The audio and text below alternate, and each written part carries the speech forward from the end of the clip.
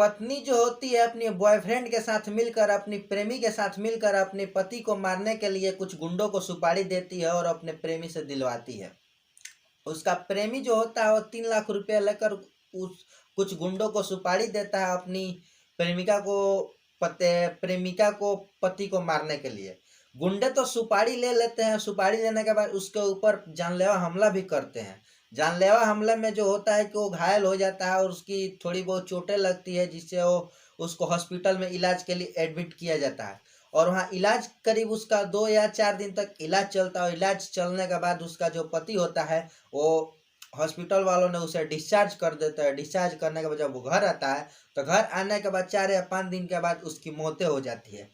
आखिर उसकी मौत कैसे होती है, उसकी मौत के पीछे की कहानी क्या है, जानने के लिए आप हमारे साथ वीडियो में एंड तक बने रहें।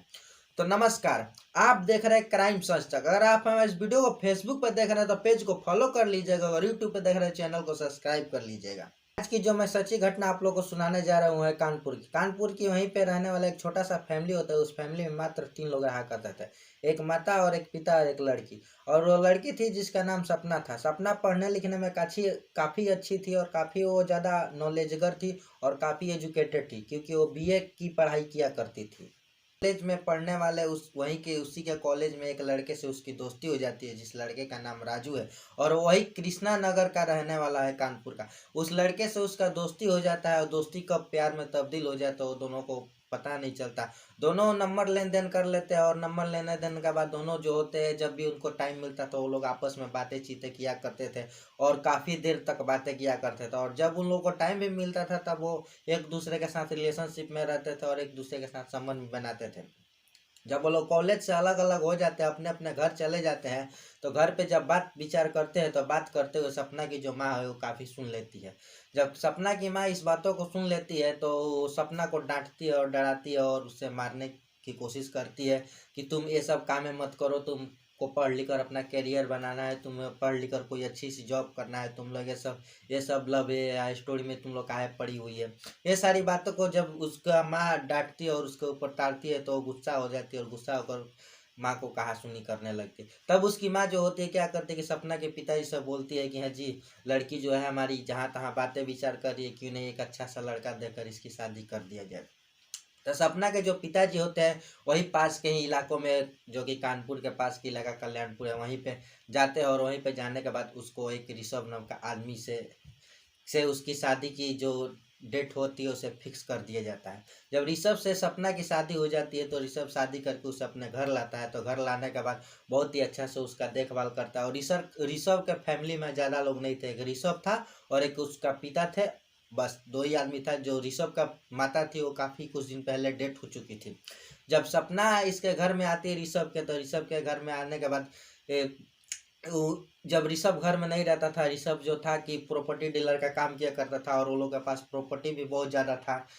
तो ऋषभ का प्रॉपर्टी पर उस सपना का नज़र जाता है। जब ऋषभ घर में नहीं रहता था तो क्या करती थी, अपने प्रेमी राजू को बुलाती थी और उसके साथ बुलाकर उसके साथ संबंध बनाया करती थी। और ऋषभ के जो पिताजी थे वो शायद पुलिस से रिटायरमेंट है, वो एक पुलिस का जॉब किया करते थे और वो रिटायर हो चुके थे।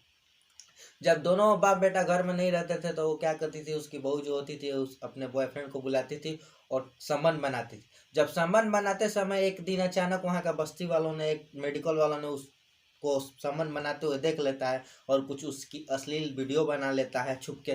तो जब वो लड़का राजू उसके घर से, सपना के घर से निकलता है, तो लड़का जो मेडिकल वाला हो, स्टोर वाला होता है, वो सपना के पास पहुंचता है और बोलता है कि देखो, हम तुम लोगों के बीच की जो भी बातें हुई है, तुम लोगों के बीच में जो कुछ भी हुआ उसका मैंने सारा वीडियो बना लिया है, देखो फ़ोन में। अगर जैसे हम बोलेंगे वैसे तुम नहीं करोगी तो मैं ये वीडियो तुम्हारे पति को दिखा दूंगा और सोशल मीडिया पे इसे वायरल कर दूंगा। इतना बातें सुनने के बाद सपना घबराई सी हो जाती है और वो बोलती है कि तुम जो बोलोगे मैं वो करने के लिए तैयार हूँ। तो सपना क्या करती है, सपना मेडिकल स्टोर वाले के लड़के के साथ भी वो क्या करती है, संबंध बनाती है और राजू के साथ भी संबंध बनाती है। दोनों को एक साथ में बुलाती है और दोनों के साथ संबंध बनाना शुरू कर देती है। जब धीरे धीरे सपना के मन में ख्याल एक आता है कि क्यों नहीं ऋषभ को और इसके पिता को हम लोग रास्ते से हटाकर और पूरा पूरा प्रॉपर्टी जो है इसको अपने नाम पर करके हम क्यों नहीं राजू के साथ हमेशा के लिए शिफ्ट हो जाए। ये बातें उसको माइंड में आता है तो क्या करती है, कब ये दोनों की रास्ता से हटाने के लिए कोशिश करती है और ये सब को करने के लिए वो क्या करती है, बहुत सारे क्राइम के एपिसोड आते हैं, क्राइम के सीरियल आते हैं, वो उसी सीरियल को देखा करती है। वो क्राइम की कोई ऐसी सीरियल देखती है जिसे उसमें दिखाया जाता है कि जो दवा की ओवरडोज देने से जो इंसान की मौत हो जाती है, इंसान को मृत्यु हो जाती है, और उसका पीएम रिपोर्ट में भी, पीएम रिपोर्ट जो होता है पोस्टमार्टम रिपोर्ट, उसमें उस मरने वाला का पता भी नहीं चलता है कि हत्या किस वजह से हुई है, क्या कारण है। यही माइंड में वो लगाती है। तो क्या करती है, करीब उसका ससुर जो तो कुछ का पेशेंट थे, वो कुछ का दवाई हार्ड आउट का या कुछ का दवाई लिया करते थे। वो क्या करती है, अपने ससुर को ओवरडोज दवा देना शुरू कर देती है। जब ओवरडोज दवा देना शुरू कर देती है, 4 5 या 6 महीने के बाद उसका ससुर जो होता है वो अचानक डेथ कर जाते हैं। अब रह जाता है ऋषभ की बारी। अब ऋषभ को रास्ते से हटाने के लोग क्या करती है, ऋषभ से बातचीत करती है और उससे थोड़ा बहुत प्यार दिखाती है, और जो प्रॉपर्टी होता है वो अपने नाम पे करने के लिए ऋषभ को बोलती है। तो ऋषभ जो है वो बोलता है कि प्रॉपर्टी नाम पे क्या है, प्रॉपर्टी हमारा हो या तुम्हारा हो तो हम दोनों का ही है, इसमें तीसरा कोई थोड़ी है। ये बातें समझाकर ऋषभ जो होता है उसको अपने काम में चला जाता है। जब काम में चला जाता है तो क्या करती है, दोनों अपने प्रेमियों के साथ मिलकर वो एक प्लानिंग करती है। और प्लानिंग में ये करती है कि तुम लोग कोई सुपारी के गुंडे ढूंढो, और तुम लोग सुपारी के कोई गुंडे मिले तो उसे बात करो और इसको रास्ते से हटाना है। ये बातें जब मेडिकल स्टोर वाला सुनता है तो बोलता है कि ठीक है, ऐसे ऐसे आदमी तो बहुत सारे होते हैं, क्यों नहीं मैं एक आदमी को जानता हूँ जिससे मैं ये सब कामें करता है। तो उसका जो सपना होती है, उसका पत्नी जो होती है उसको बोलती है कि ठीक है, तुम उस आदमी से बात करो। तो मेडिकल स्टोर वाला क्या होता है, जाता है अगले दिन उस इंसान से बात करके आता है, उस आदमी से बात करके आता है। तो दूसरे दिन आकर बोलता है सपना से कि मैंने उस आदमी से बात कर लिया, सुपारी के गुंडों लोग से, तो वो पैसे की बहुत सारे डिमांड कर रहे हैं। तो सपना बोलते हैं कितने पैसे की डिमांड कर रहे हैं, तो जो मेडिकल स्टोर वाला लड़का था वो बोलता है कि 3 लाख रुपए की डिमांड करते हैं। तो सपना जो होती है 3 लाख रुपए देने के लिए तैयार हो जाती है। वो एडवांस में कुछ उन्हें पैसे दे देती है और बोलती है कि काम होने के बाद तुम्हें और पेमेंट कर देंगे। इतना पैसा लेकर वो क्या करता हूँ, लोगों को एडवांस दे चुका होता है। जब 27 नवंबर 2022 को ऋषभ अपने मनीष दोस्त के साथ, जिसका दोस्त मनीष नाम का लड़का था, उसके साथ वही के पास के ही चकरपुर गांव में शादी समारोह में गया हुआ था। और जब उधर से वो शाम के टाइम में, रात के टाइम में उधर से वो वापस आ रहा था, रिटर्न आ रहा था, उसी समय क्या करते हैं, उसके जो सुपारी के गुंडे होते उस पर जानलेवा हमला करते, उस पर अटैक करते हैं।